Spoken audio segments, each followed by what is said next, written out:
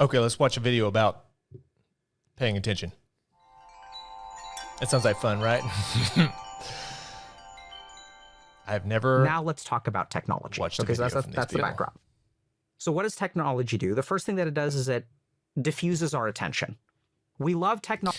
Dr. K, I know that name. He is the guy from Healthy Gamer.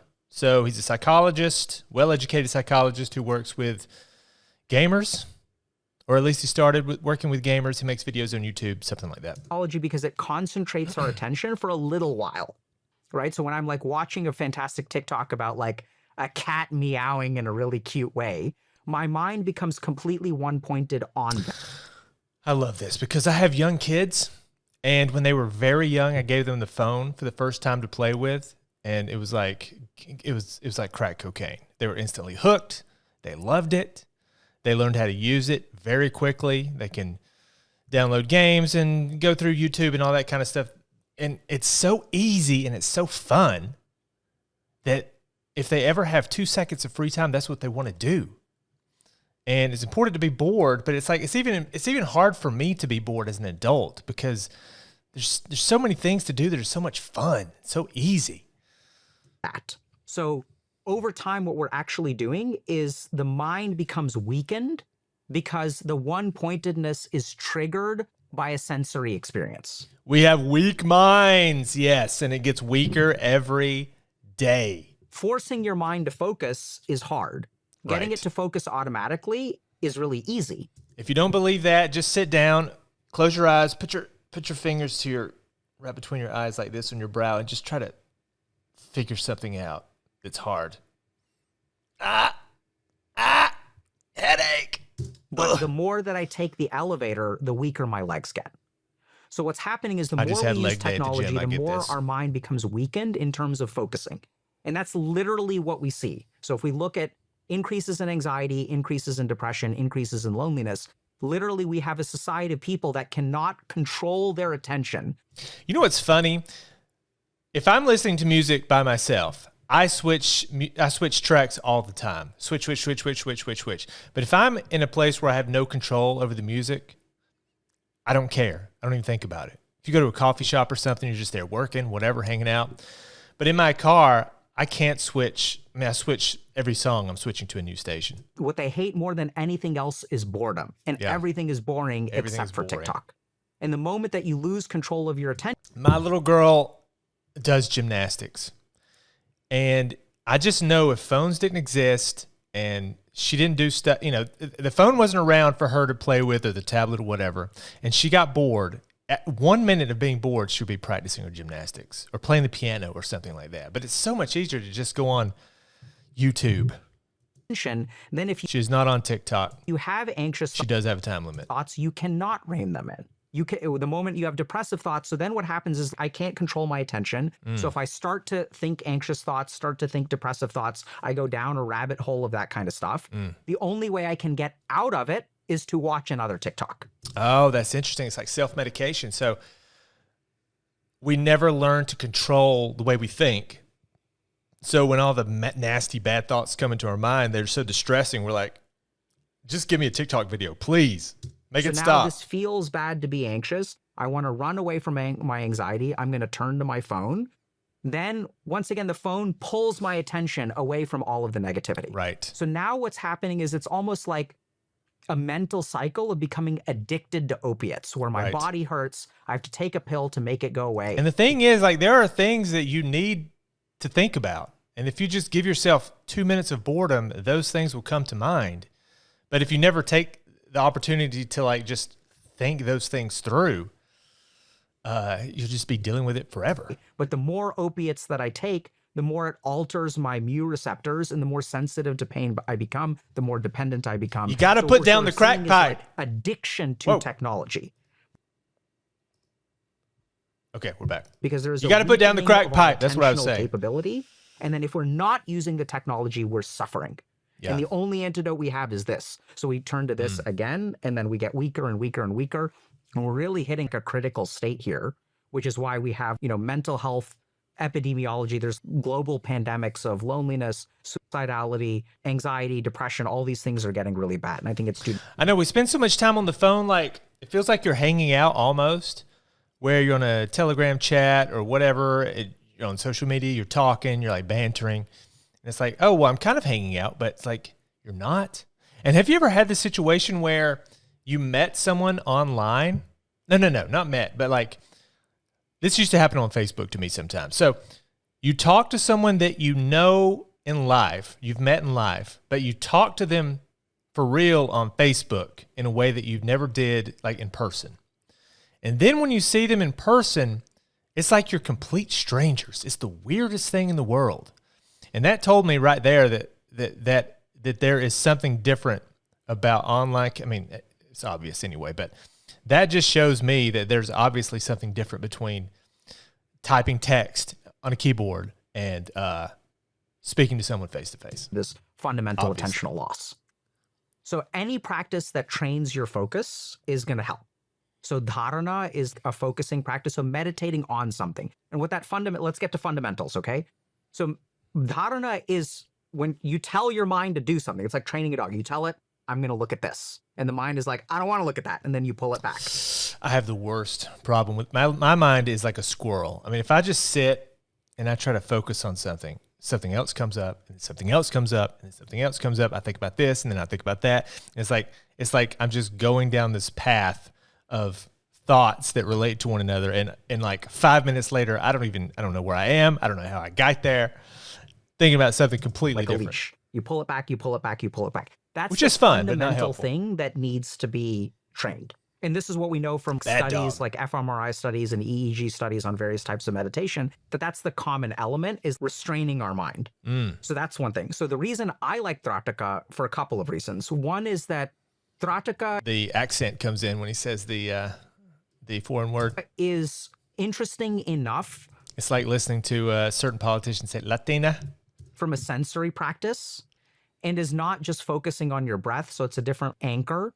A lot of our energy is in our eyes. We're very like visually focused right now. If you look at cell phone usage, sure, people listen to audiobooks, but we're using our eyes a lot. We're like a very eye heavy society. So I think that's a good pillar to use. So I like using the eyes. It feels cool to do. It also feels challenging in a way that evokes I'm not super interested in ego meditation. Activation because I want to be. I'm more interested in training attention by reading books or sitting down and like teaching yourself how to think about a thing, to really think through a thing in your mind without getting distracted. I'm not super interested in meditation. Able to stare at a candle flame without closing my eyes, that feels badass. Yeah. It's very easy to get a sense of accomplishment when you do it for a long time. The other thing that's really good about Trataka is it gives people a very quick example of a sensory experience that is. I do have to admit, the candle is sort of, it draws the eye, doesn't it? That technology. I can't stop looking at the candle. So we think that there are 7 colors that the human eye can visualize. If you do Trataka, you will easily realize there are more than 7 colors that we can see, which sounds like a wild statement. But when you do Antar Trataka, which is you stare at a candle flame for somewhere between 1 and 5 minutes without blinking, then you close your eyes and you'll see colors in your mind that are not quite the same colors that we can see in the visual spectrum. It's like a negative inversion of it. Yep, exactly. Right. So it looks like a negative. So it's this weird purplish, greenish, bluish. It's absolutely a color, but it's not a regular color that you can see. So those are 3 of the reasons that I like it. So it's something that feels different from breath meditation, which people get bored of. It's not really mindfulness. It kind of feels badass. It's challenging to do, and it feels difficult to do in a non-boring way. You really have to strain yourself. And then the 5th reason that I've never explained to anyone is that Trataka is also a Shuddhi practice for the Ajna Chakra. Ooh. That means it's a cleansing practice for your third eye, which means that if you do Trataka, I don't know anything about third eyes. Tell people this, but if you do Trataka, their connection to the intuition and the Brahman and their own understanding of their problems will increase. So they will start to realize they're doing wrong. Well, listen, everything that you do is building neural pathways in your mind. Okay, you're carving, you're making new connections, you're building, strengthening, pruning, no matter what you do. So if you sit and stare at candles for 5 minutes at a time, day after day after day, it's going to be building something. I don't know what exactly, but things you're in their building life, something. so it'll push them in the direction of spiritual growth, whether they like it or not. I can see that. So I think the first thing to understand is that our attention is being farmed. True. Okay, so like literally, Attention is we have money. become attention farms. So if you look, All of the best and brightest, not all, but many of the best and brightest minds, the geniuses, are in Silicon Valley making software. They've been doing it for the last 20 years, 26 years or so.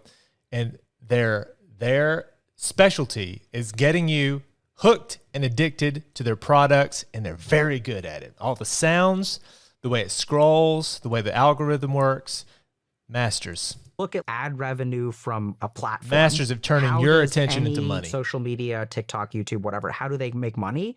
They make money by having your attention. Exactly. So they generate advertising revenue. The other thing that people in advertising have understood for a long time is if I can control your sensory organs, I can control your wants. Right. You as a human being. Oh, this is so true. Imagine what you would want. Now imagine that you just grew up in your town. There was no internet, no phones, no nothing.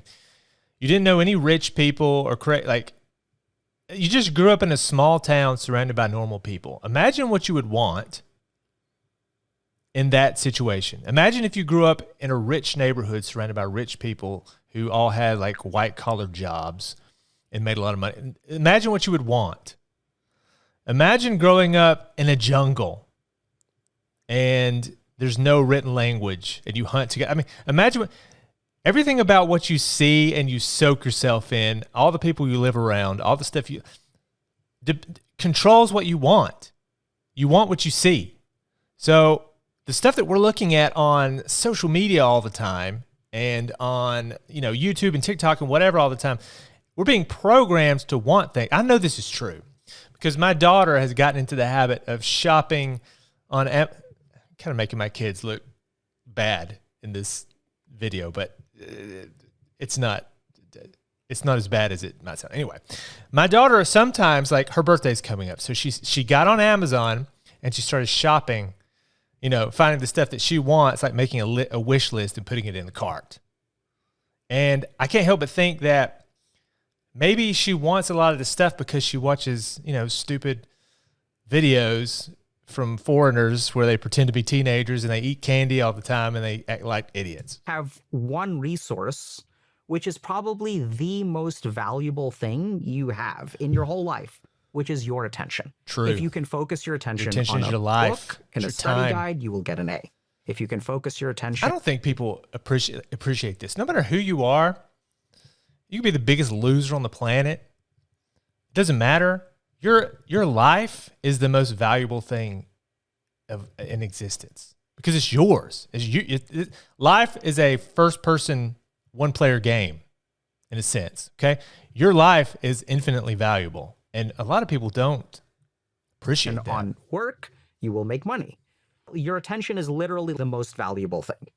And Agree. if other people can get your attention, if they can get your eyes, if they can get your attention, they can get you to buy things, they can make money. So literally the most valuable thing you've got is your attention. True. So the reclamation of our attention is essentially the reclamation of our life. Absolutely. Right. And that's in a very literal sense. I don't mean that metaphorically. Yeah. And right now, And the corollary to that is you should control your attention because then you're in control of your life. If you just let other people tell you what you should look at and control how long you look at something like an addiction or whatever, you're letting other people control your life. we're seeing is that people have claimed your attention. And once they have your attention, algorithms start this process of what's called online radicalization. It happens to everyone. It's called online drift, actually. So Yeah. over time, your thoughts will be shaped by these algorithms. And 100%. Because you know how you click on the one post on X or Facebook or something, or you watch the one video on YouTube, and now you're getting all kinds of videos related to that, and you didn't even necessarily want to see that. It's like, I just wanted to see that one. I didn't want a whole feed full of that stuff. then you'll vote a particular way. You'll get angry with a particular group of people. And so You think you're choosing what to watch, but you're being fed. 100%. You're losing control of your life, right? Because you don't want to spend 6 hours on TikTok, but you end up doing it anyway, and you're not even sure how or why. So What's crazy is like the insane level of distraction. So like this morning, someone was sitting across from me and their phone was going off constantly. They were trying to do like bill stuff or like business stuff, and their phone just kept going, bzz, bzz, bzz, bzz, bzz. And I was like, this is totally insane. Like, how can you get anything done with the constant distraction? And if you work on a computer like I do, if you have your email open all the time, or you have social media open all the time, or like you have 2 seconds and you check whatever, your X feed, and you get sucked in. I mean, the distractions are endless.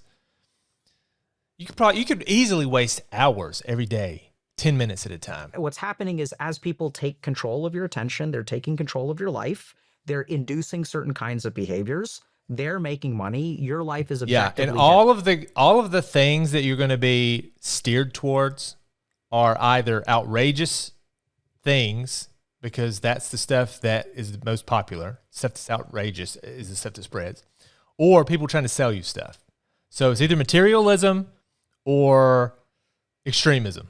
Worse. And I mean objectively as in correlates with increases in mood disorders and anxiety, things like that, loneliness, suicidality. So it's terrible. You know, idle time is really important. So I think a really good example of the value of idle time is dreams. So when our brain gets to idle, we have dreams. So if you literally look at the way that we sleep, we have 4 stages of sleep and then we enter REM sleep. And at the beginning of the night, you're mostly stage 1. And at the end of the night, as you go through multiple sleep cycles, the percentage of your REM sleep increases. So the first 2 hours that you sleep, you get maybe 5 to 10 minutes of REM sleep. The last 2 hours, you get way more. I don't know exactly what the number is. I'd guess 30 to 45 minutes. When we look at REM sleep, what's going on? That's when we dream. We see a lot of emotional activation. So the longer you sleep, the more you dream? Your brain, in the same way that like if you eat something. Does that mean people who sleep like 4 hours a night never dream? Your gut is going to pull out the good stuff and literally discard the bad stuff. Our mind does that as well. Our brain does that as well. And it does a lot of emotional processing with idle time. When you're idle, your brain is not idle. It's not like the blood flow to your brain decreases when you're doing nothing. It actually stays about the same, even increases rapidly when you're literally asleep and not doing anything. So idle time is time that the brain uses to clean things out, especially things like emotional processing, consolidating things into memory. Do we really know that? I think what we're starting to see, getting to your question of like societally, what's happening. Do we really happening, know what dreams as the idle time of our mind decreases? I mean, I could buy we're this. no longer processing the emotions of every day. So I'll give you an example of what I mean. So like back in the day, we would go hunting, and you and I would go hunting.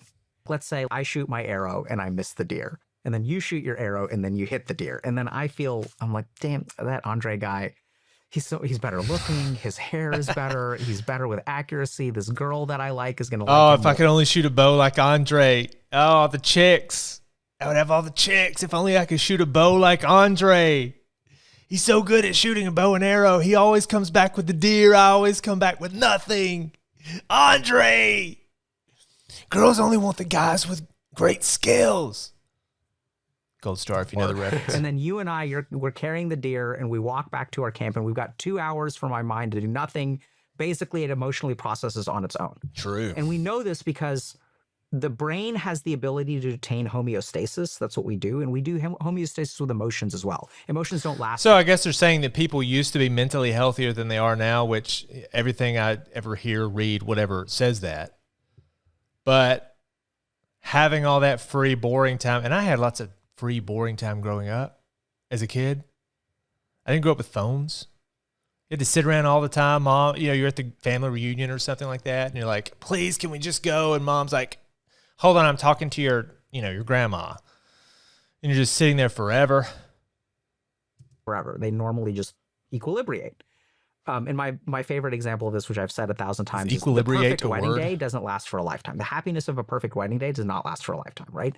You were happy, you had a great birthday party when you're 7. It's not like you're still happy. So emotions you definitely cannot pursue happiness, because happiness, if you tried to be happy all the time, you would stop being happy, because it's not something to be pursued. Happiness is just something that happens, and you have to enjoy it when you've got it, and don't worry about it when you don't. Naturally go away. So in the past, what used to happen is we would process those emotions, they'd go away, and then I'd be okay by the time we get to camp. Now what's going on is that throughout the day, we have no idle time. So when I have idle time, I pick up my phone. When I pick up my phone, it both suppresses certain emotions And you know, I do like this really tedious work sometimes. So I'm really trying, like, I have a tendency to just have a video playing while I'm doing that. But I'm really trying to just be quiet, have nothing playing, at least for a certain amount of time, and just let my brain do its thing. Let me tell you, it is difficult. Once emotions get suppressed, they do not get processed. So I'm storing them away in my unconscious. And then it also evokes other emotions. So when I'm looking at it, you'll notice this if you look at your But how much storytelling you're not is going this to too? feel Like, good all the time. They're going to show you something that makes you feel really good. Yeah. And then next, they're going to show you something that pisses you off. And then they're going to make you feel good, and they're going to make you feel bad. They're going to make you feel all kinds of things, because what these algorithms are figuring out, I don't think it's like intentionally evil, by the way. I think they're just learning that the more engaged you stay they're with just something doing their job. It's like take something like kids' books, for instance, okay? Kids' books are sort of like approaching slop. But if you go back and you read the kids' books of 100 years ago, go read the original Winnie the Pooh or something like that. It feels elevated. It's slower. It feels a little smarter. It feels a little more highbrow. And I can't help but think that part of that is because authors and illustrators have simply gotten better at their jobs, which is entertaining kids. But the thing is, like, if you were making food and you were trying to make the most perfect food that people would love to eat and they would never get tired of it, and they would just want it and buy it more than anything else, eventually you would just be creating candy, right? I think Seth Godin has a line, now that I think about it, where he says, I don't remember it exactly, but it's something like, if you continue to optimize for views, eventually you're just creating porn, something like that. So they're just doing their job of trying to make their platforms or whatever more and more interesting, fun, good to use. But at a certain point, you tip over into like just creating like a dopamine trap. You're just addicting the more people. emotionally activated you get. So now what's And how happening do is we you- have a life where something bad How do you happened at throttle work, that? but instead of processing it, I'm using my device, which is evoking more emotions and suppressing those emotions so they don't get processed. And then over time, these emotions just pile up. And that's why we see societal depression, societal anxiety. You know, South Korea's birth rate is super low because people, like, I think on some level, they don't have the capacity to fall in love anymore. That's a foreign thing. Even if we look at dating nowadays, like, people don't fall in love very easily. I think it's also that our communities are destroyed. Like, community is just not the same. If you live in a big city, then that makes it even worse. But even if you live in a small town, it's like we just don't do things together in the same way. Even when I was a kid, we'd go to family reunions, go to church, things like this. And we just don't do those things anymore. So there are Seems huge like it. negative effects of losing our idle time because our brain used to use that. We're all too stinking busy. You're just so stinking busy. It's like nobody takes the time to plan the family reunion or whatever. All right, anyway. Good video, very interesting. I like that. I like thinking about attention because it's something I have a problem with. I'm guessing that you probably have a problem with it too, because we all have a problem with it. It's the problem of our time, okay? Can't focus, can't think, too much on your mind, too busy, too much on your plate, phone's too easy. So whatever, I'm going to think about this. I'm going to make it nice and quiet. I'm going to turn off the YouTube videos, and I'm going to think about this, okay? Maybe you will too. Hope that helps. See you next time.